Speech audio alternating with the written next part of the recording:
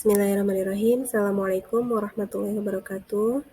Alhamdulillahirrabbilalamin. Perkenalkan, nama saya Nur Saadah dengan NIM 28922700007 dari Prodi Manajemen Fakultas Ekonomi dan Bisnis Universitas Pancasakti Bekasi. Yang saya hormati dosen pengampu mata kuliah Public Speaking, yaitu Bapak Dr. Supriyadi STP MPD. Pada kesempatan kali ini, saya akan mempresentasikan makalah Public Speaking dan Negosiasi. Kita awali dulu dengan pengertian Public Speaking. Istilah public speaking bermula dari para ahli retorika yang mengartikannya sebagai seni atau keahlian berbicara atau berpidato, di mana istilah tersebut sudah berkembang sejak abad sebelum Masehi. Sebagai pengertian awal, seperti yang sudah kita ketahui bahwa public speaking merupakan sebuah frasa, yaitu public dari bahasa Inggris yang berarti umum dan speaking dari bahasa Inggris yang berarti berbicara. Sehingga dalam bahasa Indonesia diartikan sebagai bicara di depan umum. Namun, pengertian public speaking belum mendapatkan istilah yang tepat dalam bahasa Indonesia, sehingga pada umumnya istilah yang sering digunakan sampai sekarang adalah public speaking. Public speaking zaman kuno. Secara sistematis, retorika diletakkan pertama kali pada zaman Yunani kuno. Seorang ahli public speaking pada zamannya yang bernama Corax menulis makalah retorika yang berjudul Teknologon atau seni kata-kata.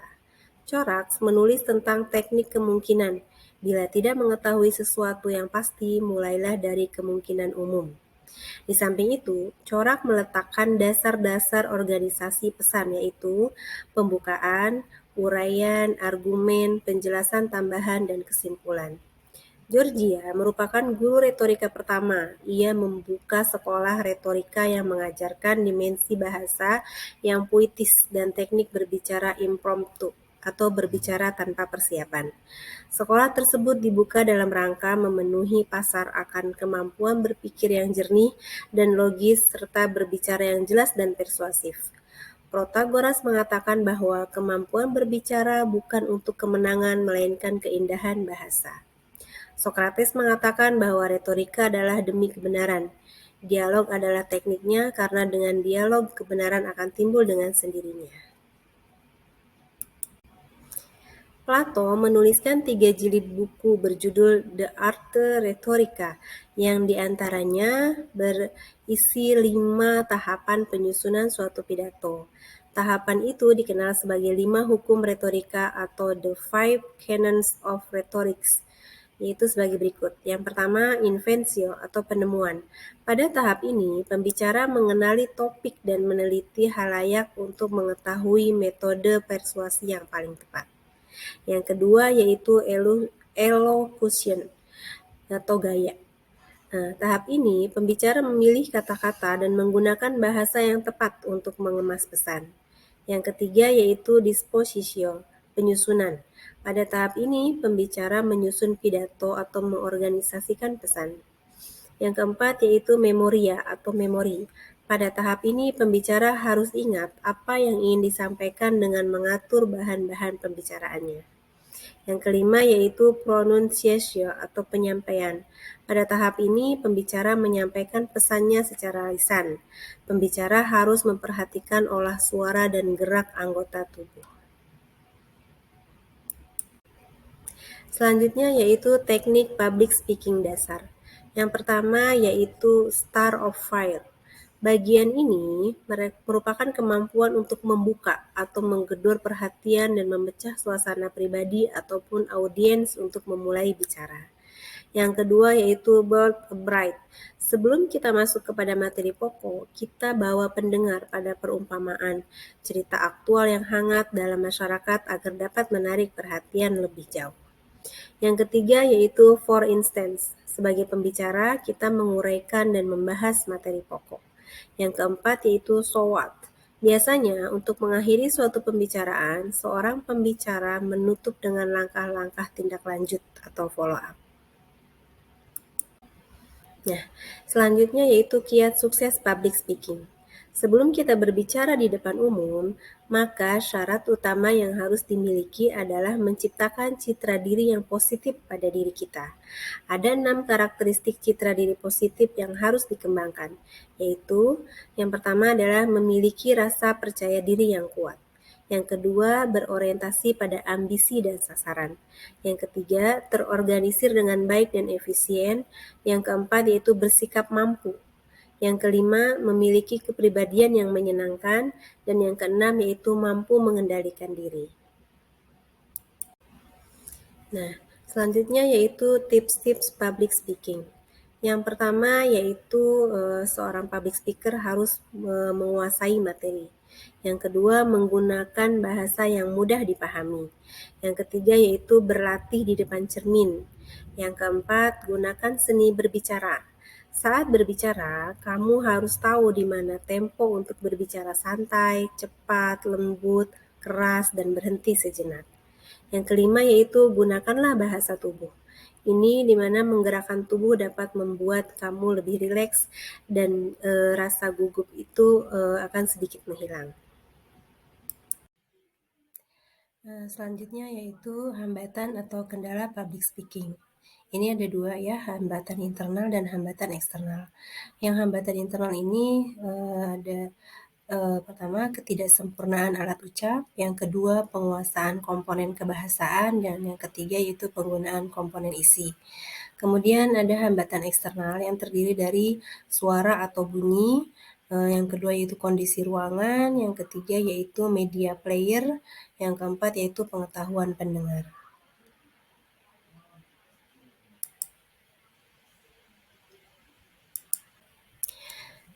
Adapun masalah-masalah yang sering terjadi dalam kelas speaking antara lain, yang pertama pause. Pause ini artinya berhenti menyampaikan pesan. Yang kedua yaitu filler. Filler ini seringkali pembicara mengisi jeda dengan suara tertentu, misalnya dengan kata-kata dan lain sebagainya. Kemudian yang ketiga yaitu mental problem, yang keempat kekurangan ide, yang kelima mispronunciation, yang keenam grammatical error dalam speaking, dan yang ketujuh miskin vocabulary.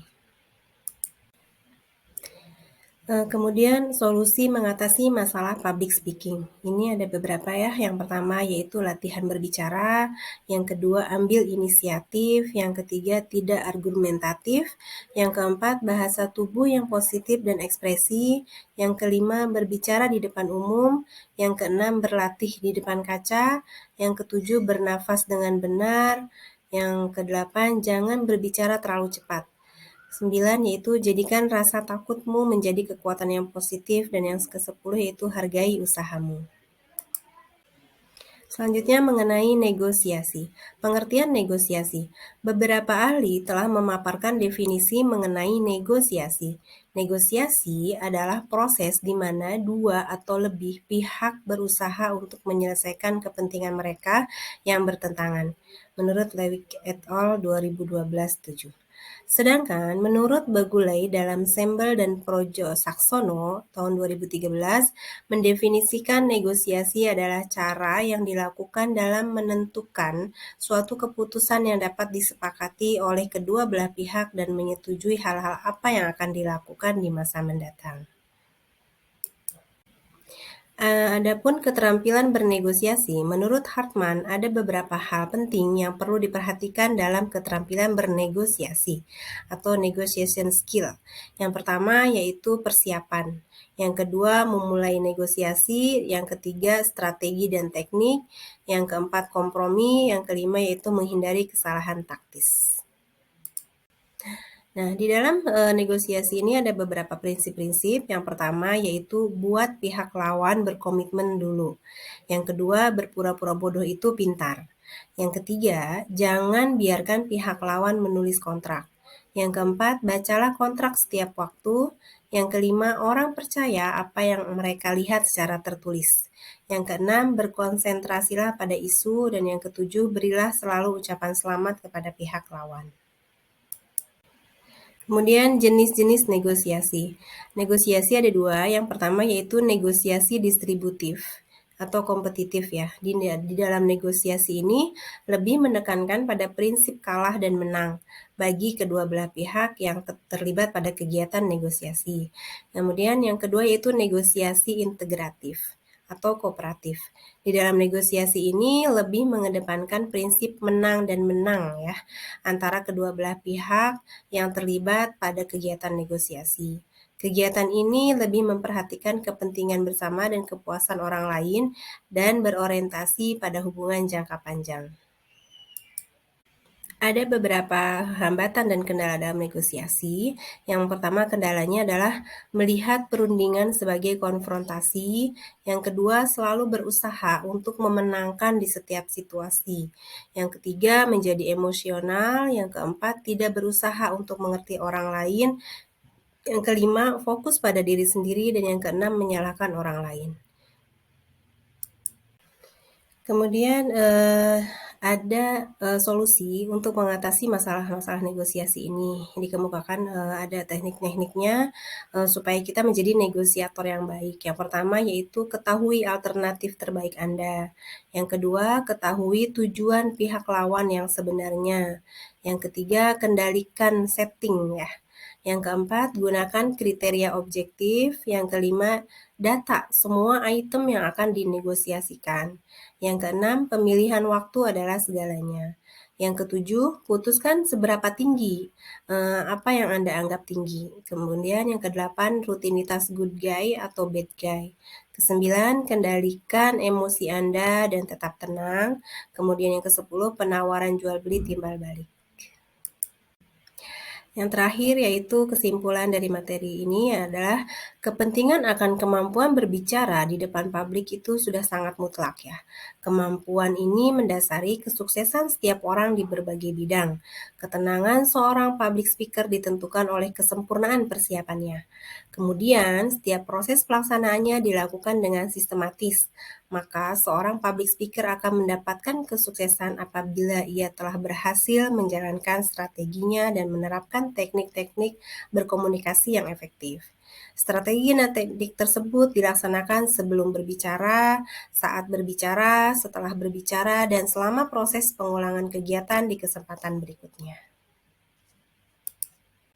Baiklah, sekian presentasi dari saya. Kurang lebihnya mohon maaf, barangkali ada kekurangan. Wabillahi taufiq wal hidayah. Wassalamualaikum warahmatullahi wabarakatuh.